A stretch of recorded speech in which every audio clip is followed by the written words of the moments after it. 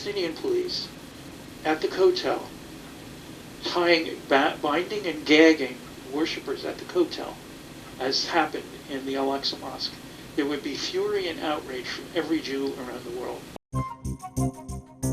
I think they should set up a fund for compensations to the Yemeni people. I think $500 billion is a good number. Hello, my name is Stanley Heller. Welcome to The Struggle.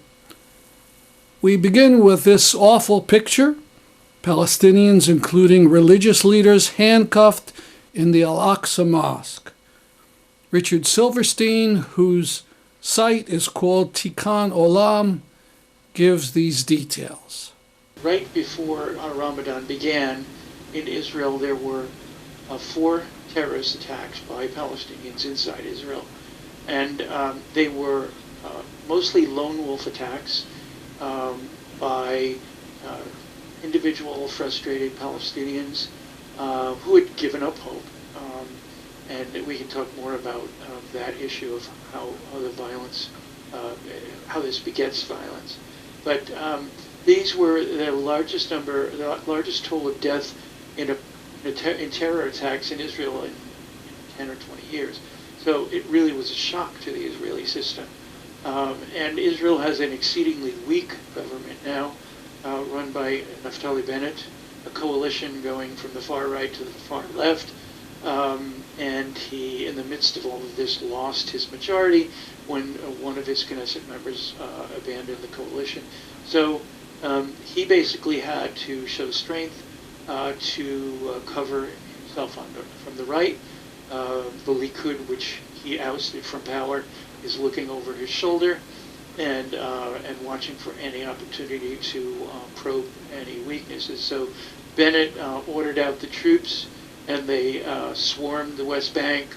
Mass arrests, hundreds have been arrested. And while in the Palestinian terror attacks, 11 Israelis died over 3 weeks, within 1 week, the Israelis had killed 17 Palestinians. So that is the stage from which all of this starts. And we now move into Ramadan itself. And the history of Ramadan in Jerusalem is that Palestinians, Muslims, make a pilgrimage to what they call Haram al-Sharif, the noble sanctuary, where the Al-Aqsa Mosque is located. So that's the tradition, but Israel exercises all sorts of control and incitement and violence to well, I'm not sure what the motive is, but basically to assert Israeli dominance. Now, what they're doing is they're going to the third holiest shrine of Islam, and they're basically saying, as Israeli Jews, we own this place. You don't own it. It's not yours. Even though in 1967 there was an agreement between Israel and Jordan that the Kotel would be controlled by the Jewish authorities, and the Haram al-Sharif would be controlled by the Waqf, which is the Jordanian religious authority, and they would control, and Muslims would control the Haram al-Sharif. Well, that status quo is gone, blown up. 35,000 Jewish settlers have been escorted by the border police to Haram al-Sharif in the past year. These are not Boy Scouts. These are people who have a messianic fervor for rebuilding the temple, and to rebuild the temple they would have to, of course, destroy the Al-Aqsa Mosque, which is sitting right where the temple used to sit. So we are talking about provocation for a holy war. I'm not saying that it's going to happen, but I'm saying that the groundwork has been laid for something like that to happen. The border police escorted 750 settlers during Ramadan, during the early morning prayers at Al-Aqsa Mosque. They did this, and the Muslims were outraged, and they reacted by engaging in violence. But their violence was defending the mosque from the desecration of not just the settlers, but the border police who assaulted them. They broke open the doors of the mosque, they tossed stun grenades, tear gas, and they beat up what I call the defenders of the mosque, although Israel would call them the rioters and those engaging in civil unrest, etc. But there is a war going on, a religious war going on between not just the settlers, but the Israeli state which supports the settlers. The border police are instruments of the state. So there may be people who will say these settlers are extremists and they don't represent Israel. Well, that's nonsense, because if they were extremists, then the state would renounce them and would deny them and would arrest them and would make their organizations illegal. Instead, the settlers are welcomed into coalition governments. Their Knesset members dominate the Knesset and really set the agenda for policy and legislation and all sorts of other issues in Israeli society. So these settlers really control all the levers of power in Israel for all intents and purposes. So what I mean to say here is that Israel has no right to be on the Haram al-Sharif. The border police have no right to be there. That is a Muslim space. That is a sacred Muslim space. It's just as sacred as the Kotel is to Jews. And if we had Palestinian police at the Kotel binding and gagging worshippers at the Kotel, as happened in the Al-Aqsa Mosque, there would be fury and outrage from every Jew around the world. But, and this is what my blog post is about, we have no Jewish leaders, no American Jewish leaders, and not a peep from them about what's going on. As Silverstein explained at the start of his talk, he was a Zionist, but 20 years ago was so repelled at what Israel was doing that he permanently left the political fold. You can see his work, which often includes reporting that Israeli news sources don't dare to do, at richardsilverstein.com.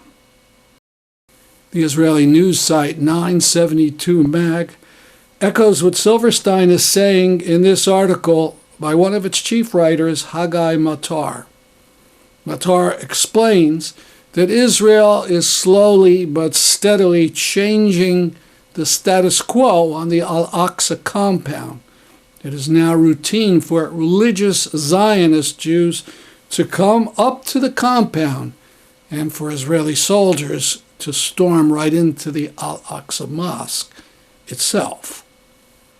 We'll link to the article at thestruggle.org.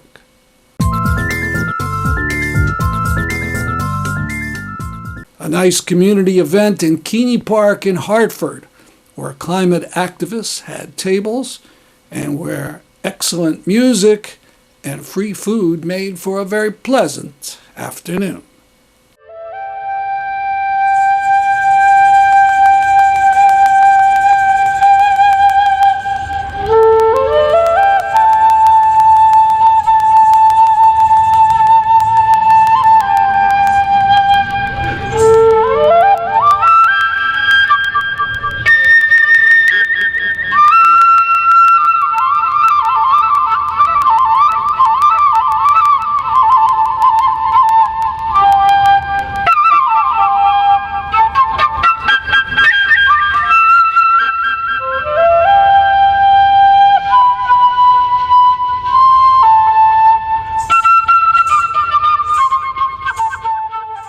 I'm a member of Workers' Voice.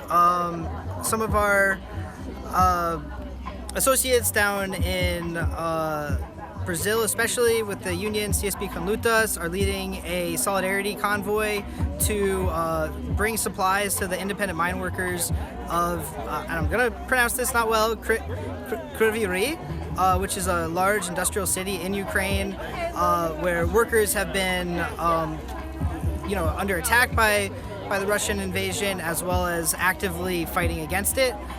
Hi, I'm Sam from Sierra Club. We're here today at Keeney Park talking about electricity, affordability, and moving towards clean energy.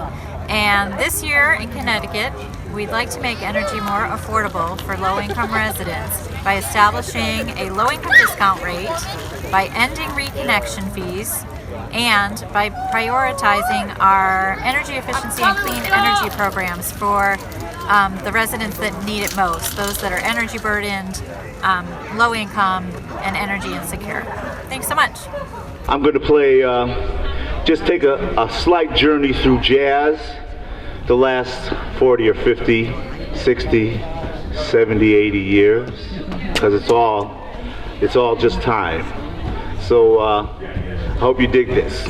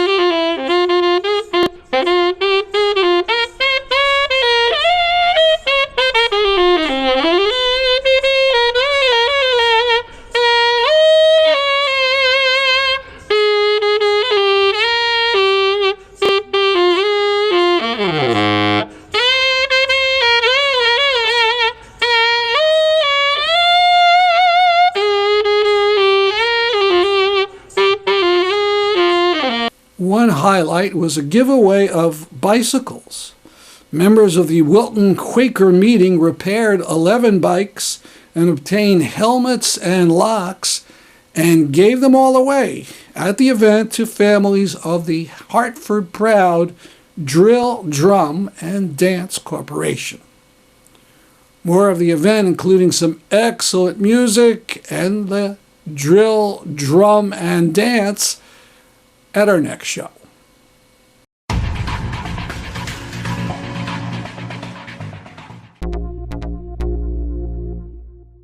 Some photos of the press conference by the family of Mubarak Solomon after the Connecticut Inspector General Devlin had State Trooper Brian North arrested for Mubarak's killing. This sign, worse for wear, was held continuously at demonstrations over the 2¼ years while the state considered the case. While the arrest was a good sign, there's been silence from West Haven officials, even though their police participated in the incident and followed the orders of an out-of-control state trooper. They had nothing to say. The New Haven mayor had a statement supporting Devlin's decision, but from West Haven public servants, nothing at all. On May 10th, an event on Zoom, How Can Feminist Solidarity Help Ukraine? Look for the details at rpm.world. On Saturday, May 14th, Promoting Enduring Peace will have a program about Syrian political prisoners, highlighting the seizure of the entire Al-Abbasi family and the disappearance of Texas Syrian-American psychiatrist Majid Kamomaz. We've had segments about the Al-Abbasi family before. Now one about Dr. Kamomaz. Could you ever imagine not knowing anything about your loved one, not knowing anything about their well-being, their physical and emotional health? Nothing at all. For 4 long agonizing years, my family has been going through this. My name is Miriam Kamomaz, and I am the proud daughter of Majd Kamomaz, a 63-year-old American citizen who's been held hostage in Syria for 4 long years. My father is an amazing man who has an enormous heart full of compassion and love for others. He's an award-winning humanitarian, a psychotherapist, and a grandfather to 13 grandchildren who miss him and ask about him on a daily basis. My father found his passion to treat survivors of trauma and emotional distress when he was a young man living in Little Rock, Arkansas. He counseled troubled youth and fell in love with healing others. Soon after he completed his studies in psychology, he came to the conclusion that he was going to treat those who had experienced the most severe form of trauma.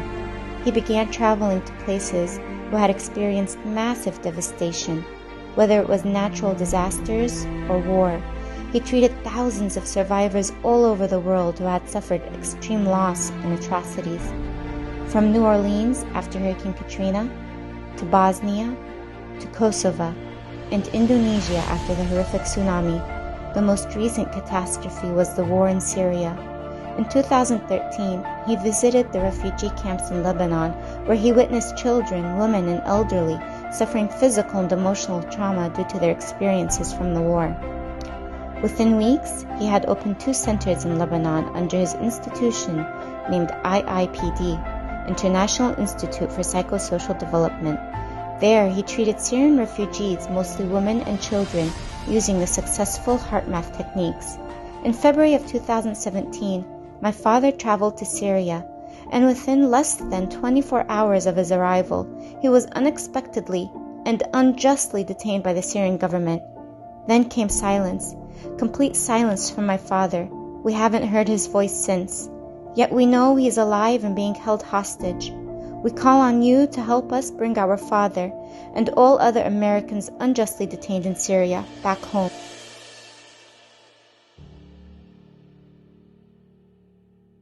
For the past several weeks, we've had segments of my interview with Saudi dissident Ali Al-Ahmed. Today, we'll have the section about Yemen.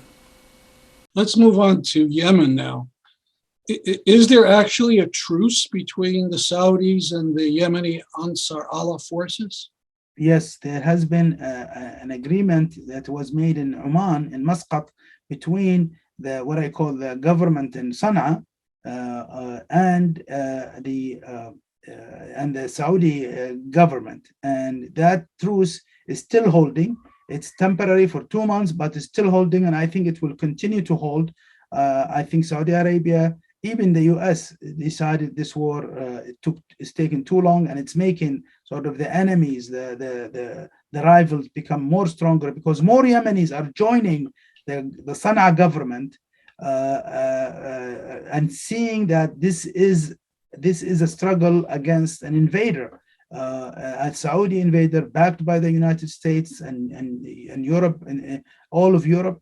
And with the Ukrainian crisis, with the Russian intervention in Ukraine and all of this sort of bad things happening, it was hard for the American and the British in particular to condemn the Russians in Ukraine, but continue to help bomb Yemen at the same time. So it was things are changing on the ground because people in the Middle East now have Twitter, they can research, and the government does not necessarily control more, they are controlling less minds than they did before. So I think a lot of factors have played in terms of trying to end this war in favor of Saudi Arabia and favor of the United States, because like you mentioned earlier before the interview, there have been more people killed in Yemen by American bombs than people in Ukraine who have been killed by Russian bombs. So it shows you sort of this contradiction. You can call it racism, hypocrisy, whatever you want to call it, but it's clear that the reaction to Yemeni kids who have been starved, we're talking about 400,000 kids who have died. And these numbers, you will not hear them being broadcasted too much because it makes the sort of the American position and the Western position sort of look bad because they're supporting this war. But in the other side, where Ukraine, like many, even BBC said, oh, these blue-eyed, blonde hair Europeans, they're not from the Middle East. So this I think creating a lot of, I think, contradiction morally and politically, and I think this is a good time for all of us. Now, I would not point a finger only at the United States and Europe. This is a high time that we as human beings really start thinking of kids as kids without looking at their eye color, their origin, their religion or ethnicity. Kids are kids, and we should treat them equally. Exactly. The UN has been atrocious when it came to the Yemeni kids. The World Health Organizations have been criminal in terms of stopping delivering cholera medicine a few years ago to Yemenis because they what kind of medicine? During the cholera outbreak in Yemen. Oh, the cholera, yes. The World Health Organization stopped delivering medicine to Yemen because it was the request of the Saudis and maybe the US as well. So we need to have some. We are in 2022. We are supposedly civilized. I think we can fight. I mean, it's ugly to fight, but at least maintain some nobility in this fight, spare the kids, spare the civilians, the death and starvation. And the starvation of Yemen is one of the largest war crimes that happened in my age, because I haven't seen a siege like this in any country with this number of people, even against Iraq. It was not like this. So we need to stop this sort of practice. These sanctions to me are, like slavery. And my definition of slavery, one of the definitions of slavery, slavery is a set of sanctions. And so that's why we need to end sanctions against that hurts people's food supply, electric supply, their basic human needs must not be sanctioned, no matter who they are. Now, I saw a tweet about some ships getting into Hodeidah. Is that open now, or is just a few ships? Yeah, few ships have been allowed, but I just saw, I think yesterday, that a ship has been seized and has not been allowed to deliver. So there is no lifting of the sanctions. There is a partial lifting of the siege. So the war continues, but we don't see a lot of guns firing on both sides. So hopefully it will come, because it's a win-win situation. A Yemen that is not at war, a Yemen at peace, will benefit all Yemeni sides. And I think Yemen should come, and it's really important to say this. Yemenis of all types and backgrounds should come together and form a government representing all of them, based on elections and freedoms for all. And those countries involved in the war, including primarily the United States and Saudi Arabia and UAE and UK, these are four countries that have played the major role in the death in Yemen. I think they should set up a fund for compensations to the Yemeni people. I think $500 billion is a good number over 10 years that the US, the UK, and the EU countries with Saudi Arabia, Bahrain, UAE, and Qatar, and Kuwait, Sudan, and Jordan, those countries who helped kill Yemenis must pay for Yemen's reconstruction. A Marshall Plan is needed. $500 billion is a good number. I think it's not high. It's decent because that country has been subjected for more bombs and bombing than the entirety of Europe in the World War II for 7 years nonstop. Final question. Some of your most recent tweets were about Mazen Damag, a Yemeni in Ukraine. Could you talk about him? No, I just retweeted. I think there was a Yemeni student who had this treacherous trip from Kiev to I think either to Romania or to Poland. So this is very common. It happened to African. Ukraine is a white country, but there are students there from Africa, from the Arab countries, and students or citizens who do not have strong governments, like many African governments and Yemen, obviously, they could not get any help from their government. So they suffered greatly. And while Ukraine is receiving help from Europe, from the United States to combat this, these people basically have been ignored because they happen to be, brown or black. And that should not happen. This is not the time to discriminate between people based on their age. We should always ask, what if I was the person, being discriminated against? How would I feel? So this is a good time to learn from these wars that we should stop treating people based on the skin of their, the color of their skin or their origin or religion or whatever. Distinguishing factor that they have. I understand. Well, thank you very much for talking with me. Thank you so much for having me. I appreciate it. That's our program for today. See you next week at this time. I'm Stanley Heller for The Struggle.